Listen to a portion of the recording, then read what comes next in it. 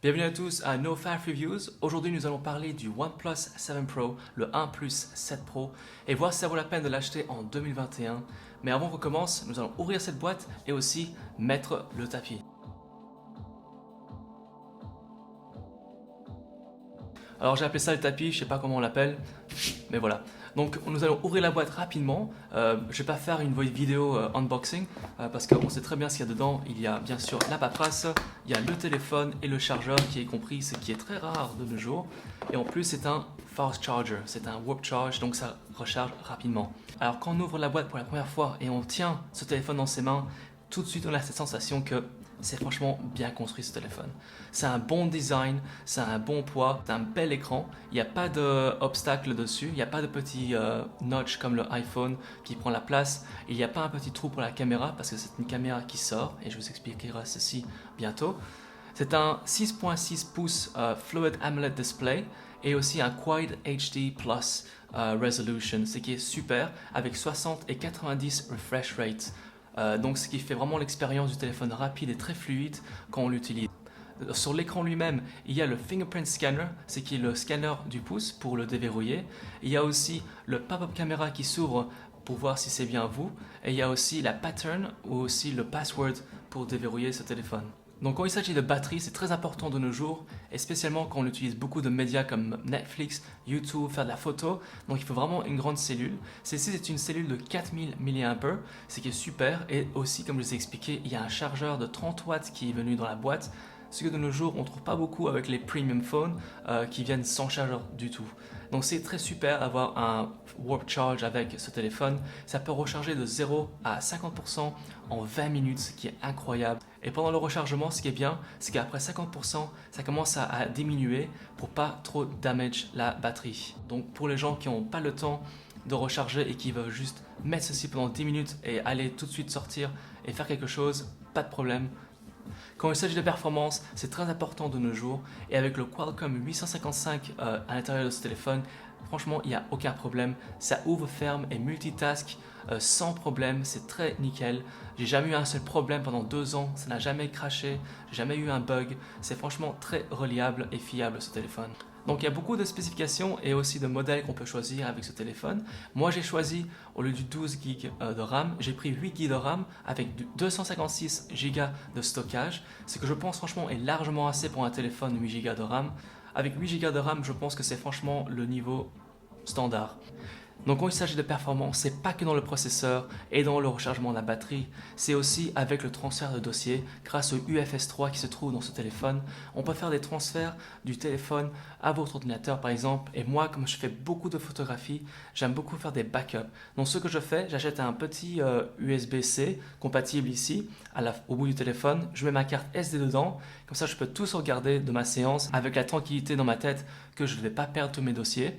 Et le soir, je fais un transfert de mon téléphone à l'ordinateur qui est bien plus rapide qu'avec une carte SD. Et franchement, ça vaut vraiment la peine, je trouve. Quand il s'agit du son, je trouve que c'est très important. On a un bel écran comme ceci, on peut regarder du media dessus ou jouer aux jeux vidéo dessus. Donc avoir un dual speaker setup, un double stéréo haut-parleur avec un Dolby Atmos très puissant, ça fait vraiment l'expérience visuelle et audio très importante.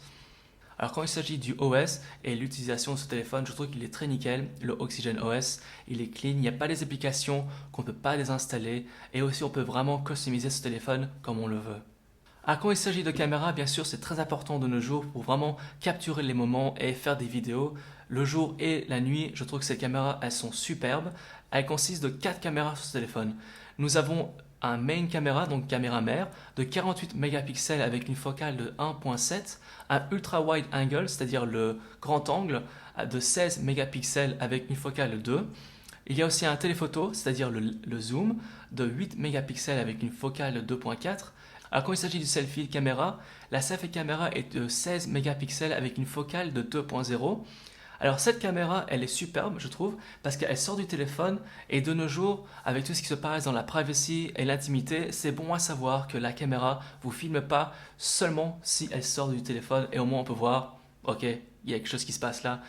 Donc je trouve franchement que la pop-up caméra est vraiment plus qu'un accessoire, mais vraiment une utilité très intéressante. Alors quand il s'agit de vidéo, la qualité vidéo est incroyable. On peut filmer du 4K, du 30 à 60 images par seconde, et aussi avec le selfie on peut faire du 10-80. Alors quand il s'agit d'autres possibilités de filmer, on peut filmer avec du slow motion, on peut faire du 1080 à 240 images par seconde et on peut aussi faire du 720 à 480 images par seconde, c'est incroyable, ça fait vraiment ralentir tout, je trouve franchement que c'est une fonction géniale sur ce téléphone et d'une bonne qualité.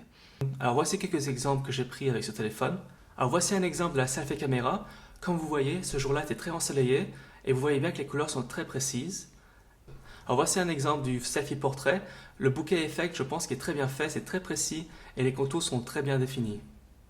Alors cette photo-ci, c'est fait avec la caméra principale. Comme vous voyez, j'ai vraiment poussé la dynamic range avec et on peut aussi voir les flares du soleil.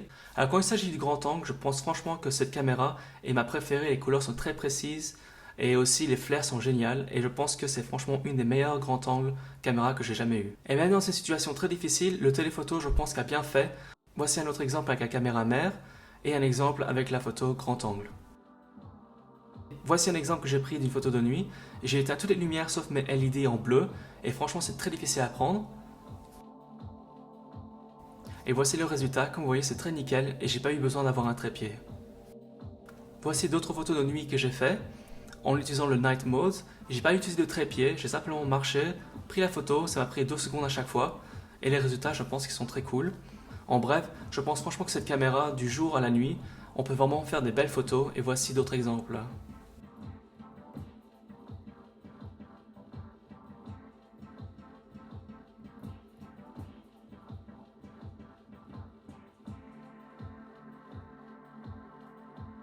Alors voici un autre exemple de ralenti que j'ai fait dans mon jardin.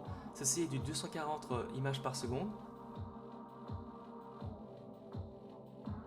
Alors pour ceux qui se posent la question, est-ce que ça vaut la peine d'acheter ce téléphone en 2021?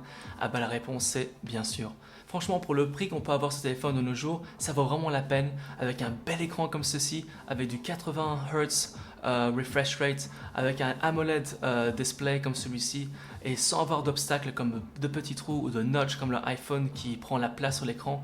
Là vous avez vraiment un 6 pouces qui est super, la clarité est géniale. En même temps, on a des superbes caméras qui, franchement, je trouve, sont intéressantes et aussi intelligentes. De nos jours, il y a beaucoup de caméras là-bas avec du sans zoom ou du macro lens que je trouve que c'est cool après une fois ou deux, mais franchement, ce qu'il faut, c'est des caméras qui sont fiables. Et franchement, quand il s'agit de fiabilité et vraiment un téléphone qui ne vous laisse pas tomber, celui-ci, il est celui-là. On peut dire ça? Alors un autre bon côté de ce téléphone, c'est la batterie. Avec une cellule de 4000 mAh et un chargement rapide comme celui-ci avec le Warp Charge, ce téléphone il est incroyable. Il peut vraiment durer toute la journée avec un usage très lourd et un usage un peu léger jusqu'à 2 jours. Alors quand il s'agit d'un autre bon côté du téléphone, je trouve que c'est l'Oxygen OS et le User Interface. Il est nickel. Comme je vous ai expliqué, il n'y a pas de bloatware, c'est-à-dire des applications qu'on ne peut pas désinstaller. Il est très clean et franchement, c'est l'expérience la plus proche qu'on puisse avoir d'un stock Android. Et bien sûr, quand il s'agit de performance, de rapidité, ce téléphone ne vous laissera pas tomber.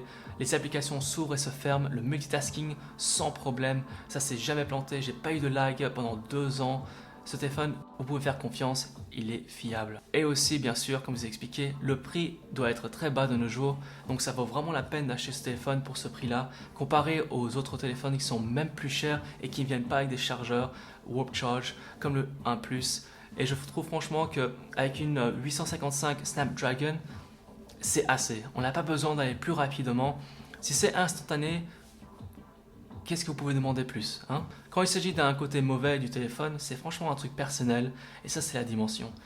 Franchement, je préfère les petits téléphones, mais quand j'ai acheté ce téléphone, j'avais pas de problème et pendant 2 ans, j'étais ravi de la dimension, mais c'est juste franchement, j'ai envie de changer et avoir un petit téléphone.